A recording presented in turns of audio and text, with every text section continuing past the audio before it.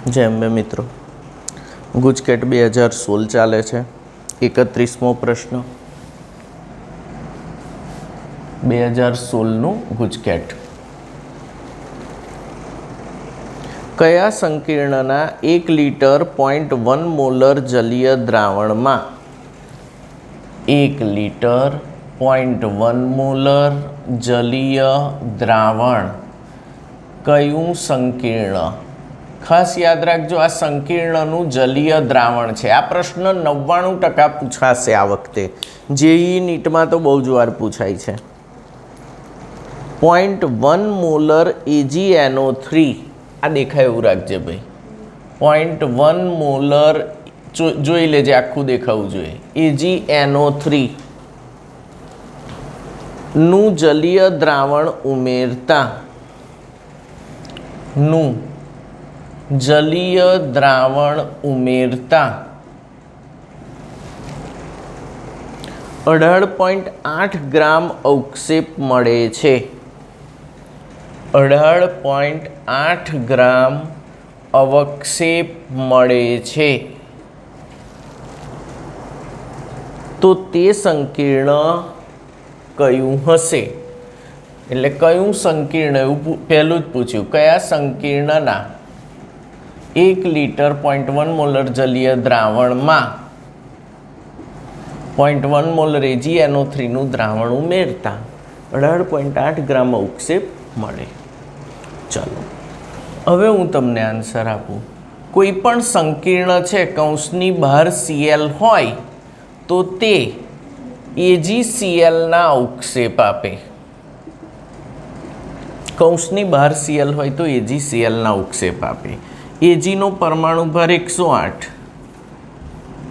Cl no 35.5, तो AgCl no अणुभार बोलो 143.5 ग्राम प्रति मोल। हवे अहीं जवाब में जोऊं छुं तो बधे ब्रोमाइड छे, तो अहीं कौंसनी बहार Cl नहीं होय, आ वखते शुं लेवो पड़शे? Br। तो अहीं अवक्षेप कोना मळशे? AgBr। Br नो भार 80, तो अहीं आवशे 188। जो जवाब में तमने क्लोराइड देखात तो तमे Cl लेत, पण अहीं जवाब में 4 जग्याए ब्रोमाइड शब्द वापर्यो छे। तो ब्रोमीन आयन कौंसनी बहार होय तो AgBr ना अवक्षेप आपे 188 ग्राम प्रति मोल। हवे हूँ एम कहूँ अवक्षेप 18.8 ग्राम मळ्या छे, बराबर। तो 18.8 भाग्या 188 इज इक्वल टू केटला मोल अवक्षेप मळे छे? 0.1 मोल AgBr मळे छे। केटला मोल AgBr मळे छे? 0.1 मोल। द्रावण 1 लीटर 0.1 मोलर ज छे। देयरफॉर 0.1 मोलर द्रावण 0.1 मोल AgBr आपे छे। एनो मतलब के 1 Br कौंसनी बहार छे। केटला Br कौंसनी बहार छे? 1।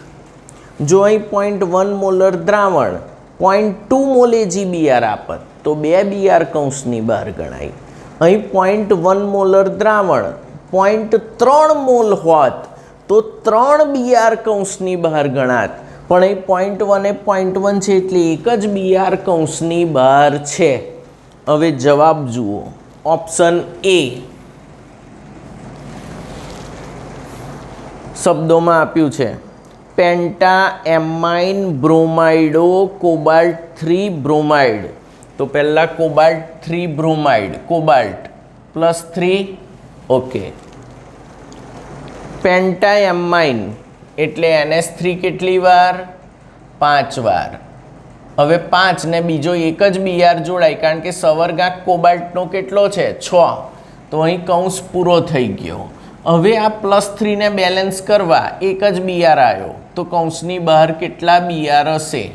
2 Br।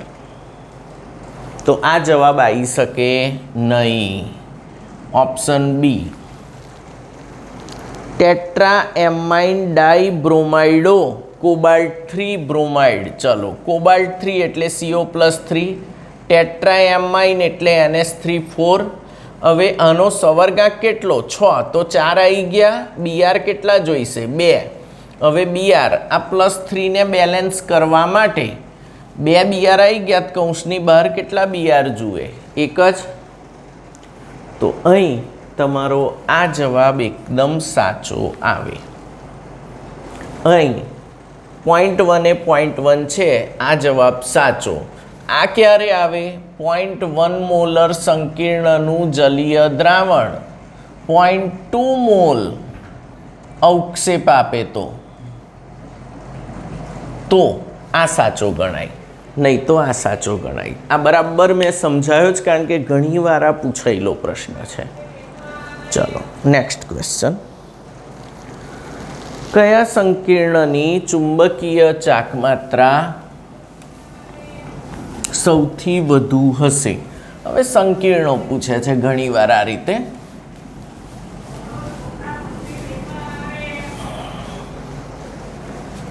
બત્રીસમો પ્રશ્ન. કયા સંકીર્ણની ચુંબકીય ચાકમાત્રા સૌથી વધુ છે? ચુંબકીય ચાકમાત્રા સૌથી વધુ છે, આવો પ્રશ્ન પૂછ્યો છે. એ FeH2O6, FeH2O6Cl3.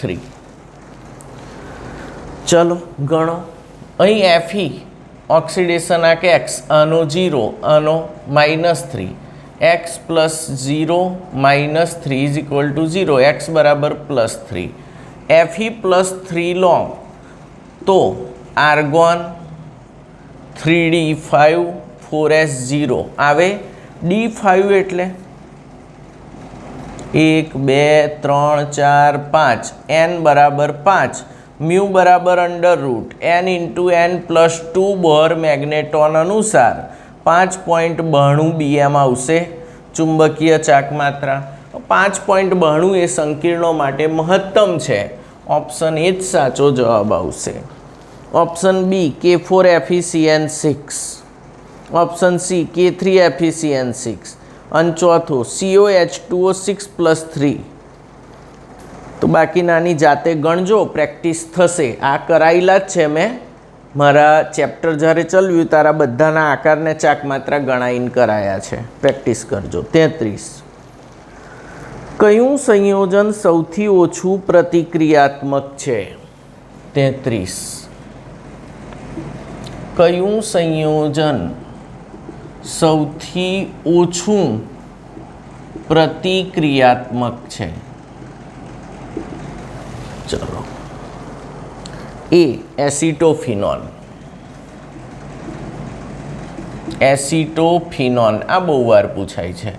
એનું સૂત્ર શું થાય મિત્રો? બેન્ઝીનની ring, C double bond O bond CH3. Option B benzaldehyde, C double bond O bond H, benzaldehyde.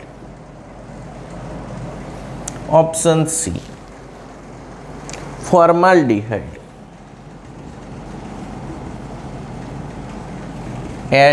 C double bond O bond H.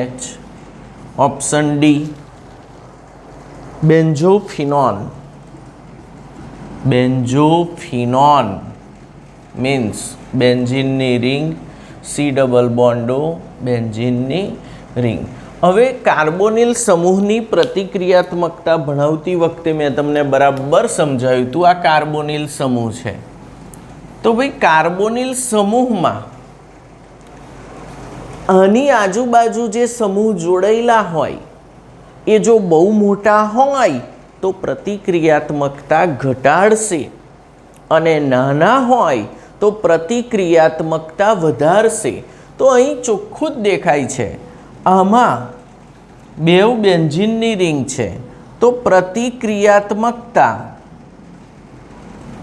આની સૌથી ઓછી હશે, એટલે ડી <<.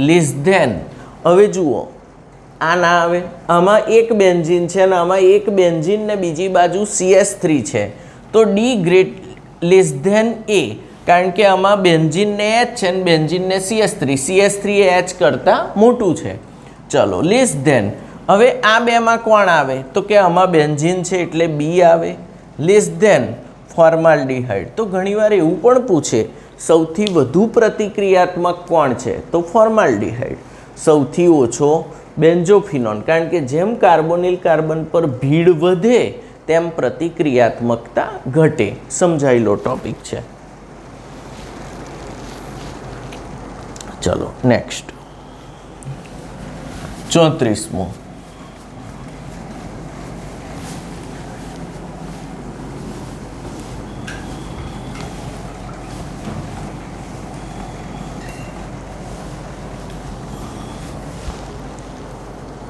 પ્રોપેનોનની મેગ્નેશિયમ સંરસ અને પાણી સાથે. પ્રોપેનોન કયો પ્રશ્ન છે? 34.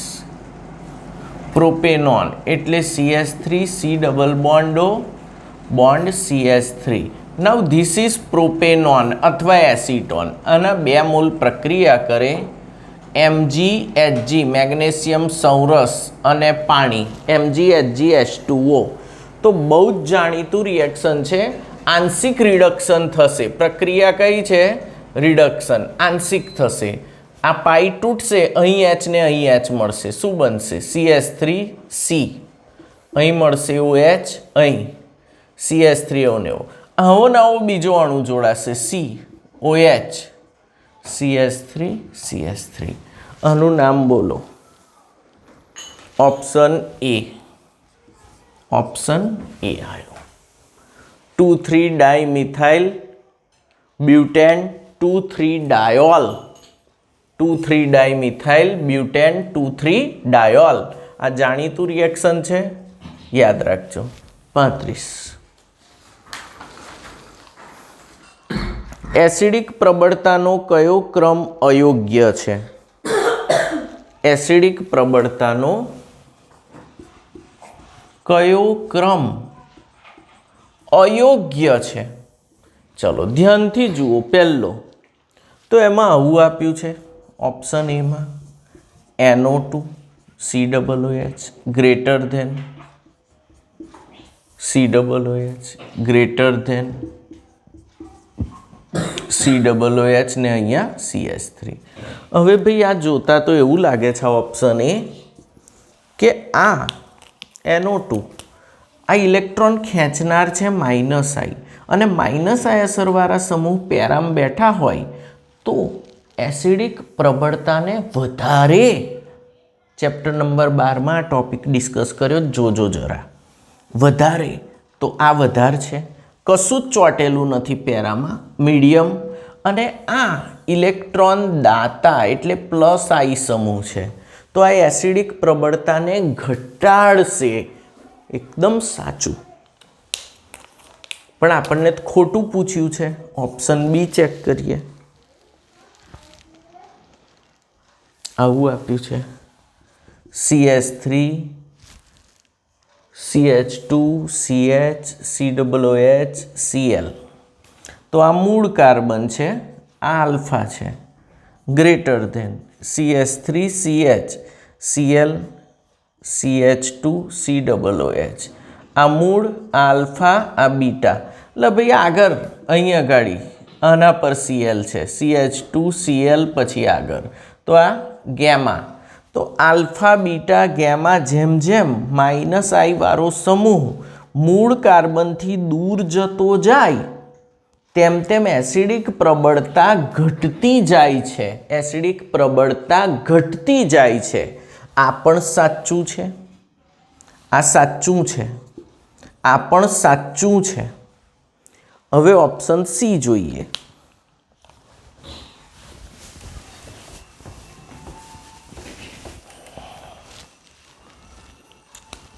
C Cl3 C COOH greater than Cl2 CH COOH greater than Cl CH2 COOH. ભાઈ હા, આલ્ફા કાર્બન પર જેમ જેમ માઇનસ આઈવાળા સમૂહોની સંખ્યા વધે તેમ તેમ એસિડિક પ્રબળતા વધે છે.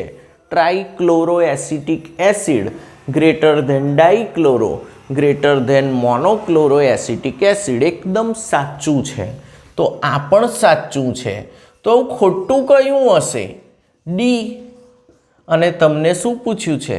અયોગ્ય છે. અયોગ્ય એટલે ખોટું છે. તો આવશે HCOOH greater than CH3COOH greater than benzoic acid. આ ખોટું છે. આ ખોટું છે કારણ કે સાચું શું છે? તો કે HCOOH greater than benzoic greater than CH3COOH. આ યાદ રાખજો, આ સાચો ક્રમ છે. આ સાચું છે. આ કેવું છે? ખોટું. કલયુગ છે. જે ખોટું છે તે જ તમારો જવાબ છે. આ 3 સાચા છે એ જવાબ નથી. આવડશે? ચલો નેક્સ્ટ 36મો.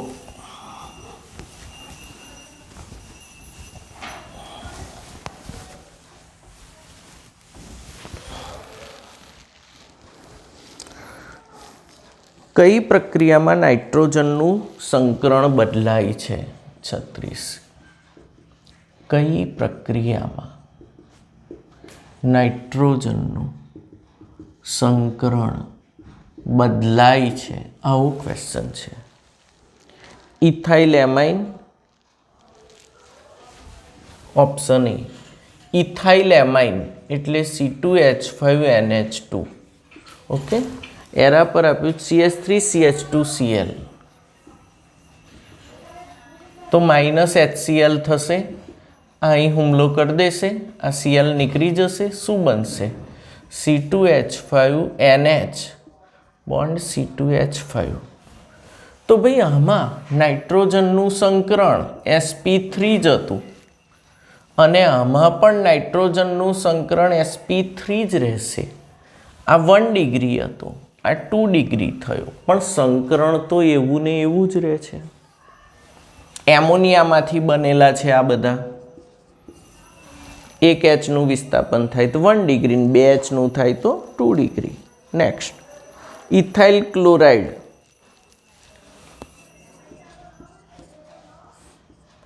NH3 ડેલ્ટા એમિનોલિસિસ થાય છે. તો અહીં નાઇટ્રોજન આની જોડે જોડાશે. શું બનશે? C2H5NH2. તો આમાં પણ sp3 છે અને એમોનિયાના નાઇટ્રોજનમાં પણ sp3 છે. એમિનોલિસિસ પ્રક્રિયામાં સંકરણ બદલાતું નથી. -NH4Cl થાય. C. ઇથેનેમાઇડ. ઇથેનેમાઇડ એટલે CH3CONH2.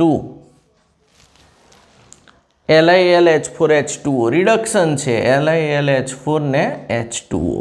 તો અહીં બની જશે CH3CH2NH2. આવું બનશે. તો અહીં તો NH2 નો NH2 જ રહે છે. નાઇટ્રોજનનું સંકરણ પૂછ્યું છે. અહીં નાઇટ્રોજનનું સંકરણ sp3 નું sp3 જ રહે છે, પણ કાર્બોનિલ કાર્બનનું સંકરણ sp2 માંથી sp3 થઈ જાય છે. તો કાર્બન નથી પૂછ્યું. શું પૂછ્યું છે? નાઇટ્રોજન. એટલે આ પણ નહીં આવે. Option D ethane nitrile. Ethane nitrile એટલે CH3C ટ્રિપલ બોન્ડ N. આમાં સંકરણ sp છે કારણ કે આ સિગ્મા બંધ સિગ્મા, પાઈ પાઈ, 2 સિગ્મા બંધ જો કાર્બનની આજુબાજુ હોય તો સંકરણ sp. અને નાઇટ્રોજનનું પણ સંકરણ કયું છે? sp. કારણ કે એક સિગ્મા બંધ ને એક અબંધકારક ઇલેક્ટ્રોન યુગ્મ. અબંધકારક શેમાં ગણાય? સિગ્મામાં આવે. ચલો LiLH4. Lithium aluminium hydride LiLH4 એટલે રિડક્શન જ થશે. પાઈ તૂટશે HH, પાઈ તૂટશે HH. શું બનશે? CH3CH2NH2. ઓકે, અહીં sp3 થઈ ગયું. 1 ડિગ્રી એમાઇન બન્યો ઇથેનેમાઇન. તો sp નાઇટ્રોજનનું શું થઈ ગયું? sp3 મીન્સ નાઇટ્રોજનનું સંકરણ શેમાં બદલાયું? ઓપ્શન ડીમાં.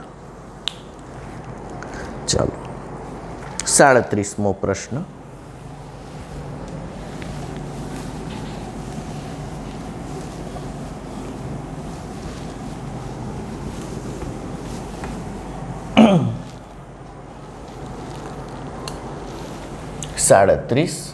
એવું કહે છે તમને ઇથાઇલ સાયનાઇડ અને ઇથેનોલ. ચલો ઇથાઇલ સાયનાઇડ એટલે CH3CH2C ટ્રિપલ બોન્ડ N અને ઇથેનોલ એટલે C2H5OH ને સાંદ્ર સલ્ફ્યુરિક એસિડની હાજરીમાં ગરમ કરતા સાંદ્ર H2SO4 ની હાજરીમાં ગરમ કરતા. તો જ્યારે પણ સાંદ્ર H2SO4 નાખો તો અહીં પાણી ઉમેરાય, તો આમાં વત્તા 2H2O ઉમેરાય. 2H2O ઉમેરાય એટલે હંમેશા બને CH3CH2COOH. 2 O અને 1 H અહીં આવી ગયા. કેટલા H વધ્યા? 3 વત્તા એમોનિયા ગેસ બહાર નીકળી જાય. યાદ રાખજો સાયનાઇડનું જળ વિભાજન થાય. સાયનાઇડનું શું થાય? જળ વિભાજન. 2 મોલ H2O ઉમેરાય અને 2 મોલ H2O ઉમેરાય એટલે COOH બને અને એમોનિયા વાયુ બહાર નીકળી જાય. બહુ જ જાણીતું રિએક્શન. હવે એસિડ વત્તા આલ્કોહોલ gives એસ્ટર વત્તા પાણી. શીખવાડેલું છે એસ્ટરીકરણમાં. તો આ કાર્બોનિલ કાર્બન પર અહીં -H2O થશે, અહીંથી H જાય, ઇથેનોલનો H જાય અને અહીંથી શું જાય? OH. શું બનશે? CH3CH2C ડબલ બોન્ડો એ અહીંથી આવ્યો અને આનો આવશે OC2H5. આનો આવશે OC2H5. આનું નામ થશે ઇથાઇલ પ્રોપેનોએટ. કારણ કે 1, 2 ને 3 ઇથાઇલ પ્રોપેનોએટ. તો આન્સર આવશે એ ઇથાઇલ પ્રોપેનોએટ. બહુ જ ફાઇન રિએક્શન છે અને જાણીતું સાયનાઇડનું રિએક્શન છે. તો સાયનાઇડની પ્રક્રિયા આલ્કોહોલ સાથે સાંદ્ર H2SO4 ની હાજરીમાં કરો તો પહેલાં જળ વિભાજન થશે. જળ વિભાજન થઈને એસિડ બનશે, અનુવર્તી એસિડ. કાર્બન એટલા ને એટલા જ રહેશે. અહીં 3 કાર્બન છે તો પ્રોપેનોઇક એસિડ થયો અને એનનો એમોનિયા બનીને બહાર નીકળી જશે અને પ્રોપેનોઇક એસિડ ઇથેનોલ જોડ પ્રક્રિયા કરે તો ઇથાઇલ પ્રોપેનોએટ બને. નેક્સ્ટ 38.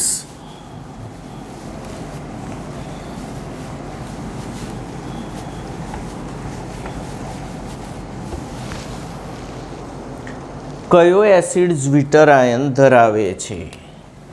38. કયો એસિડ ઝ્વિટર આયન ધરાવે છે? હવે ઝ્વિટર આયન એ દ્વિધ્રુવીય આયન છે. દ્વિધ્રુવીય આયન. ચલો પિક્રિક એસિડ ના આવે, સેલિસિલિક એસિડ ના આવે. ભાઈ આમાં શક્યતા કઈ? ઝ્વિટર આયન ક્યારે બને? તો એક બેઝિક સમૂહ અને એક એસિડિક સમૂહ હાજર હોવા જોઈએ. ચલો option A picric acid. Picric acid તમને ખબર છે ભાઈ, 2,4,6 ટ્રાઇનાઇટ્રોફિનોલ. તો આમાં તો નાઇટ્રો અને OH એસિડિક છે બધું જ, -I વાળા, કશું નહીં થાય. Option B salicylic acid. Two hydroxy benzoic acid, salicylic acid. Two hydroxy benzoic acid આ પણ એસિડિક સમૂહ છે અને આ પણ એસિડિક સમૂહ છે. કોઈને કશું આપવાનું નથી. ઓપ્શન સી સલ્ફાનિલિક એસિડ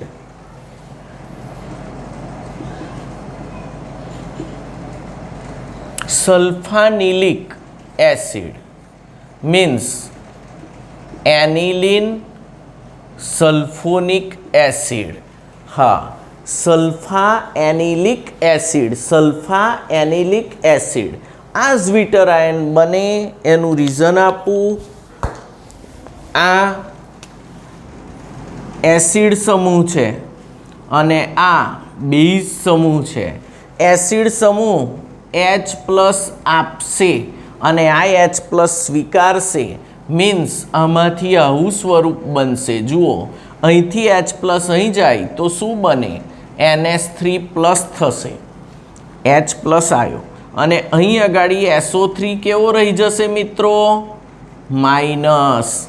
તો બે ધ્રુવો ઉત્પન્ન થયા, માઇનસ ધ્રુવ ને પ્લસ ધ્રુવ. Dipole means સલ્ફાનિલિક acid zwitter ion બનાવે છે, ધરાવે છે. દ્વિધ્રુવીય આયન એટલે ઝ્વિટર આયન. એડિપિક એસિડ ના બનાવે. એડિપિક એસિડનું સૂત્ર છે એડિપિક acid CH3 CH2 4 times COOH. આ એડિપિક એસિડ છે તમારો. હેક્ઝેનોઇક એસિડ. હજુ આ બાજુ COOH જ હોવું જોઈએ તો જ એડિપિક કહેવાશે. COOH CH2 4 COOH that is adipic acid. તો આ પણ દ્વિધ્રુવીય આયન બનાવતો નથી કારણ કે બંને એસિડિક સમૂહ છે. આવડે? નેક્સ્ટ, ઉત્સેચકોમાં સહકારક તરીકે કયો આયન હોઈ ના શકે? ભાઈ, સહકારક તરીકે આપણે કોઈ દિવસ Cr+3 ને જોયો નથી. સહકારકમાં Cr+3 ના હોય, +2 વાળા હોઈ શકે. B1નું રાસાયણિક નામ થાયામીન. B1 થાયામીન. B6 પેરિડોક્સિન.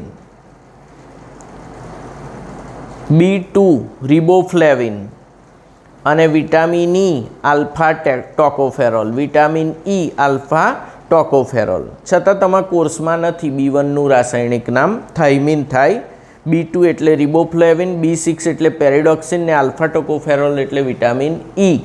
તો આ કોર્સમાં નથી એટલે હમણાં ના કરતા. 39 ને 40 કોર્સમાં નથી. હવે 2017નું તો આખું પેપર કમ્પ્લીટલી સોલ્યુશન સહિત જ મૂકેલું છે. તો જાતે સોલ્વ કરવાની ડિફિકલ્ટી હોય તો મને પ્રશ્ન પૂછજો. તો અહીં તમારું ગુજકેટ લગભગ પૂરું થયું. જય અંબે મિત્રો. હવે પછી નીટ શરૂ થશે.